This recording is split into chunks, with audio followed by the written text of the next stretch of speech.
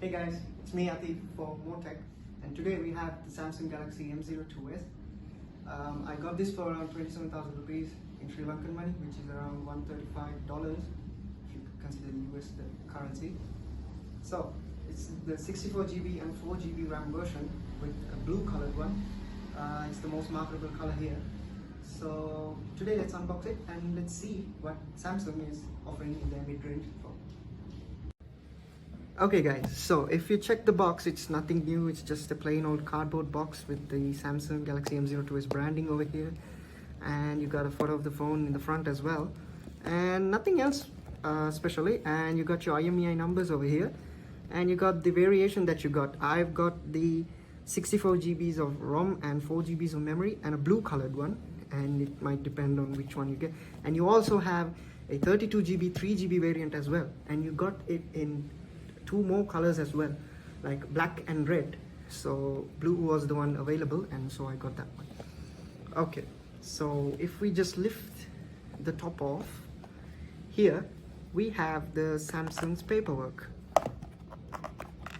over here, and inside it's just basic old paperwork, you know, from Samsung. Here you have your warranty card, and here you have your quick start guide. So let me just put this aside, and you have your handset here, and it's greeted when you open the box itself. So we take that out and we'll talk about it later. And here we have your USB type A to type C cable, which is a good thing because micro USB is really dying these days and you don't have it anymore. And here it is. This is the USB type C port and a type A as well. Okay. And here you have your 7.5 watt power brick. So I'm kind of surprised Samsung sent this with this phone, because this phone is capable of charging at 15 watts. Then I don't know why they sent this 7.5 watt power brick, and I'm kind of disappointed there. And you have a SIM ejector tool, and in this compartment you have nothing else. So let me just put these aside and we'll focus on the handset itself.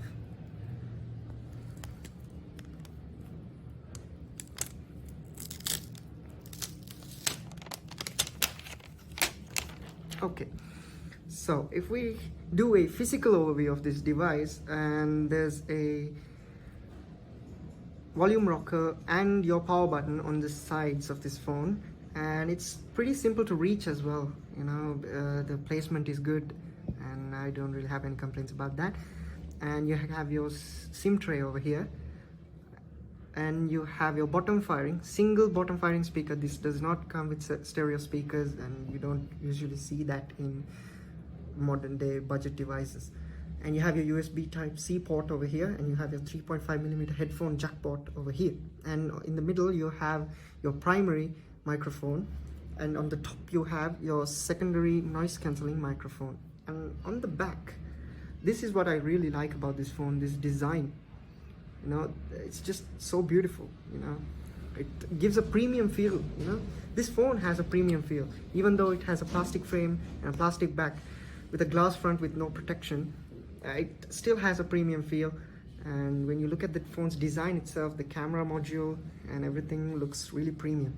And when you look at this from afar, some people confuse it with this Samsung's S20 FE because it looks so similar, and I like that Samsung's just giving those budget phones a beautiful clean flagship look, and that's really good. And it's got a 6.5-inch IPS PLS LCD display on the front, and it has a pixel density of 270 ppi, so that's really normal these days. So let me just boot this phone up and set it up, and I'll get back to you.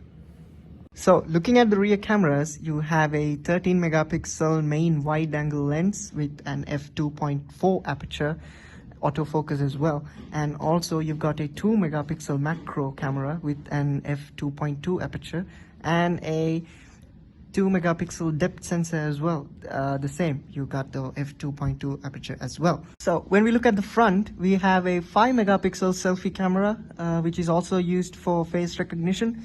Maybe I'm not a big fan of the 5 megapixel one because we have the 8 megapixel shooters these days. and I don't know why Samsung just went with that, and I don't know what they were thinking there. But over that we have our earpiece. I deleted some of it, and I've had the others as well. And if we go into settings, this phone it comes with a default light mode, and you can really use dark mode if you want. I personally am a fan of dark mode, so I switched it to dark. And if you put it to light mode, you can really see that infinity teardrop display over there, and the down it has a notch as well. It's not big, but it doesn't really matter. So if I put it to dark mode, it's not that visible, and it's got deep blacks as well. You know, the blacks are really nice. And you see those in an AMOLED display, but I'm really happy with how this phone's display is, you know. And if you go to themes, you have those softer stuff, like you have the wallpapers, you have themes and everything, and Galaxy has really put that in as well. And also you have the Galaxy App Store as well. You can use Play Store, and you have the Galaxy Store as well, which has some apps, and you need to update your system apps through Galaxy apps, and you need to open your Samsung account and stuff like that. So there are some preloaded software like Facebook, Netflix, and some of the Google apps, and I also got a whole lot of Microsoft apps as well. It doesn't really matter, you can uninstall a lot of them, and it gives off good storage. You know, actually I got 50 gigs after deleting the storage, I guess, something like that. So first impressions was alright, but I won't say this is the best looking phone that you can get for a budget that's around 27,000 rupees. And it's brand new as well, and it's got those specs and everything alright. So I can't really tell you anything before the full length review comes in. So I'll be testing this out for 2 weeks as my personal phone, and let's see what happens, and I will leave a review for that as well. So it's me, Atif, for more tech. Like, subscribe, and comment on this video. What I should do, why I should do